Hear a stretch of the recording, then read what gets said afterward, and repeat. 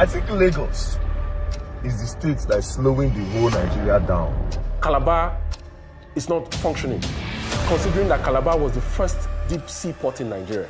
Why must everything come through Lagos? Like anybody will import anything, the container must land for Lagos.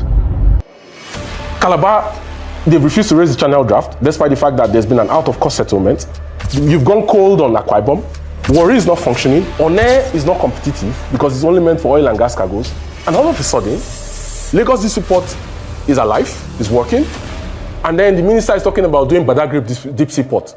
Is Lagos the only state in Nigeria? Lagos isn't just Nigeria's biggest city. It's Nigeria itself. Every politician, every company, every dream somehow ends up here. But what if I told you that the same Lagos is quietly killing the rest of the country?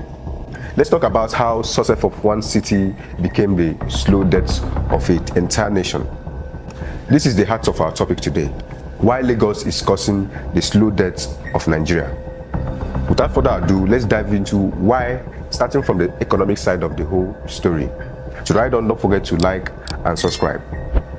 How do you build an economy when the smallest state by landmass that has the highest per capita income with the highest population, right, has the only functioning seaport in Nigeria, while everybody else is left to go home and die?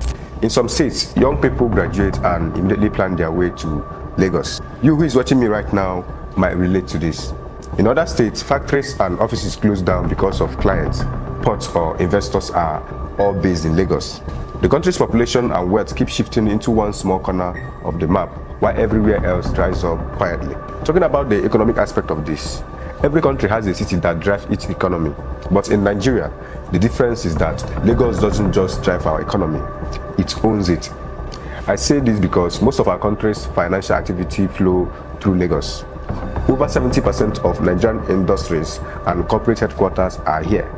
Every major bank, oil company, and media organization operate from the city.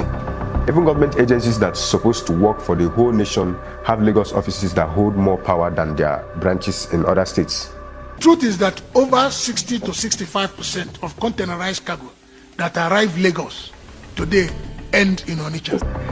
This didn't just start today. It began in early years after independence, when Lagos was the federal capital and the main port for trade. The British built it that way because they wanted a single place to control commerce, taxes, and administration. When the capital moved to Abuja, the government left the physical buildings behind it, but not the money. The business stayed, the port stayed, and the job stayed. Now, Lagos has become Nigeria's economic heart.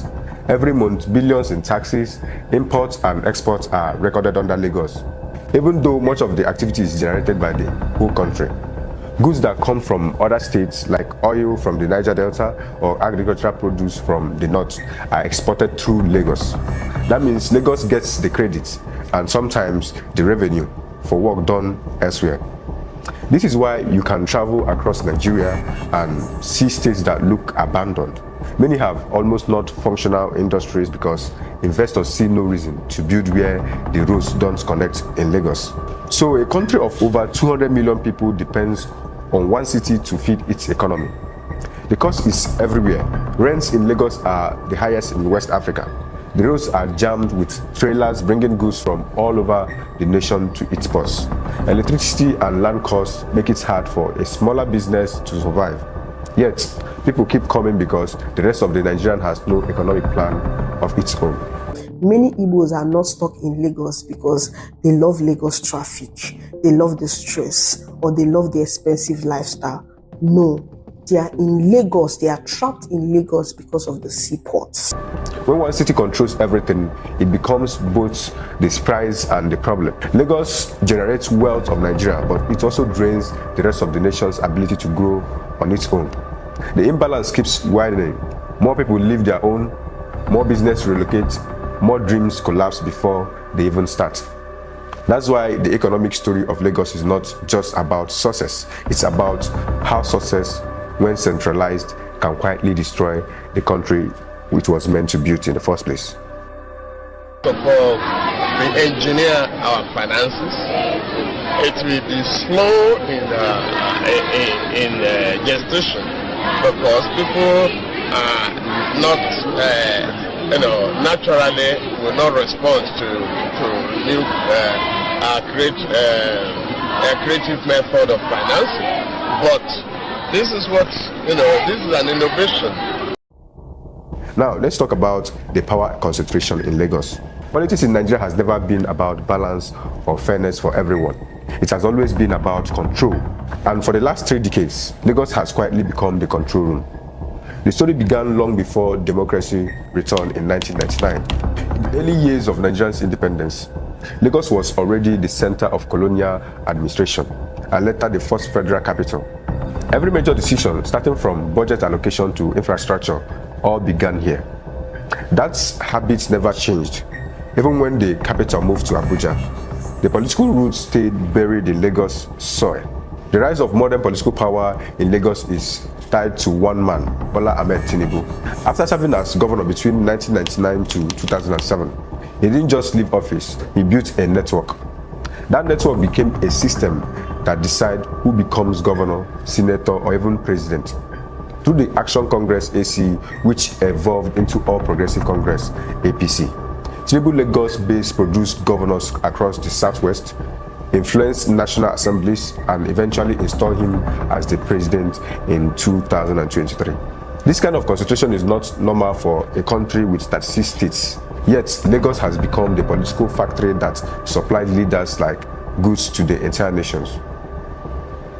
That control affects nation priorities. Federal appointment, contract, and campaign funding often flow through Lagos-linked figures or companies. The city influence shapes election strategies, party measures, and even how opposition voices are handled. When you trace the connection behind Nigeria's biggest political moves, they almost always lead back to Lagos. Its money, the media, our political alliances. But the cost of this concentration is very heavy, if you must know. It weakens local governance across the rest of the country. States no longer build strong political structures because decisions are made elsewhere. Young politicians outside Lagos often have to submit each system to be noticed. It's the same problem that centralizes Nigerian economy about power belonging to one place and not to the people it should serve. Today, many Nigerians no longer have faith or confidence in their local candidates who are not dancing to the tune of the power that be. They wait to see the candidates on which Lagos power leans before voting. That kind of influence might look like strength, but is the reason national democracy feels very weak. Be more practical. When people outside Nigeria talk about the country, they often describe what they see from Lagos. We're here in Ikoyi, Lagos, Nigeria. Probably the most expensive area in the entire city. One off to see some of the streets that give it that reputation. The music industry, the movies, the comedy shows, the lifestyle down to everything that defines Nigerian culture today is shaped by one thing about the city. From Afrobeat to Nollywood, street slang to fashion trends, Lagos has become the headquarters of what it means to be modern, successful Nigeria. But the problem with Lagos is not just what it has become, it's what it has taught Nigerians to believe. Over time, Lagos stopped being a city and became a mindset, one that values survival over structure, speed over common sense, and appearance over impact. It has trained a generation to believe that success means outsmarting the system, not fixing it. And now, that mindset has spread far beyond the city itself. This dominance affects how the rest of the country sees itself. Talented artists in other states struggle to be noticed because the record labels, promoters, and investors all operate from Lagos. Filmmakers outside Lagos have smaller chances of distribution because most production houses and media platforms are based here. Even comedians and influencers relocate because that's where the audience and the brands are. The result is cultural damage. Lagos sets the tone and everyone must follow or they are tagged unserious. The city has become the dream that everyone is chasing instead of the true crafts they have to offer. What makes this very dangerous is that Lagos presents its struggle as success. The crowded buses, endless traffic, expensive rent, constant stress that has become part of a story people can call the Lagos hustle is almost romanticized, but It's really a system of survival that many endure, not enjoy. Being on the streets, I've been once a Marua guy there doing all those stuffs, and I'm also an artist.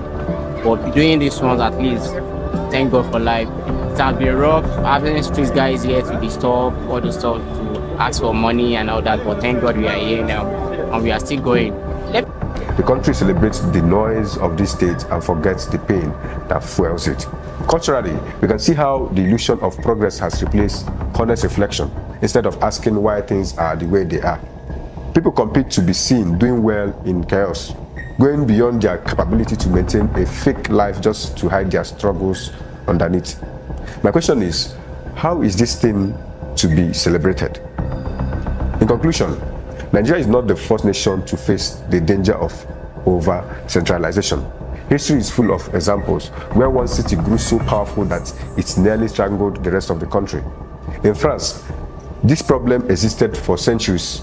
Paris was centered for everything: the government, wealth, education, and art. The rest of the country lagged behind. For a long time, Paris decided what France should look like, sounded like, or become. People left their towns to chase opportunities there, just as Nigeria left their states for Lagos. It took years of deliberate decentralization, moving institutions, investing in rural areas, and supporting local industries before France began to balance itself. Even today, debates about Paris' dominance still exist, but the country made an intentional effort to correct it. Britain faced something similar. London controlled the nation's economy, culture, and media. The north of England, with cities like Manchester, Leeds, and Liverpool, fell behind. Factories closed and local businesses collapsed. Eventually, the British government admitted that too much power had been given to London. It launched regional investment programs and began relocating public institutions. It wasn't perfect, but it showed that the problem could be managed if leaders recognized it early enough. The United States handled it differently. The founders of the country understood the danger of the city holding too much power. That's why Washington, D.C. was created as neutral capital and not New York or Philadelphia. They separated the financial center, New York, the political capital, Washington, and the technology and innovation hub, Silicon Valley, Boston, and Seattle. This separation helped the US grow evenly. No single city could decide the nation's fate. Even China, with its strict system, learned to separate its development. Beijing is the political heart, but Shanghai drives finances. Shenzhen leads technology, and Guangzhou powers manufacturing. Each city plays a role, so the government built fast trains and industrial zones to connect them, ensuring growth reached every region of the country. Nigeria, however, has done the opposite. Instead of spreading growth, it kept folding everything into Lagos. The ports, the banks, the media, the culture, and the ambition. Other cities like Kano, Port Harcourt, Enugu, and Kaduna were left to keep dying slowly. Abuja was meant to be balanced of this, but it became a government hobble, not an economic engine. Until today, Lagos still controls the heartbeat of the nation. The lesson from this history is very clear. When a country builds itself around one city, it becomes weak. Any shock to that city, like economic crisis, natural disaster, or population collapse, can break the entire nation. France learned this, Britain learned it, the United States prevented it. Nigeria hasn't even started the conversation. If you love the truth and wants to be part of the truth, what's your take on this? Do you believe that Lagos is one of the reasons why Nigeria is not progressing? What's your take? Bye for now. Don't forget to like and subscribe.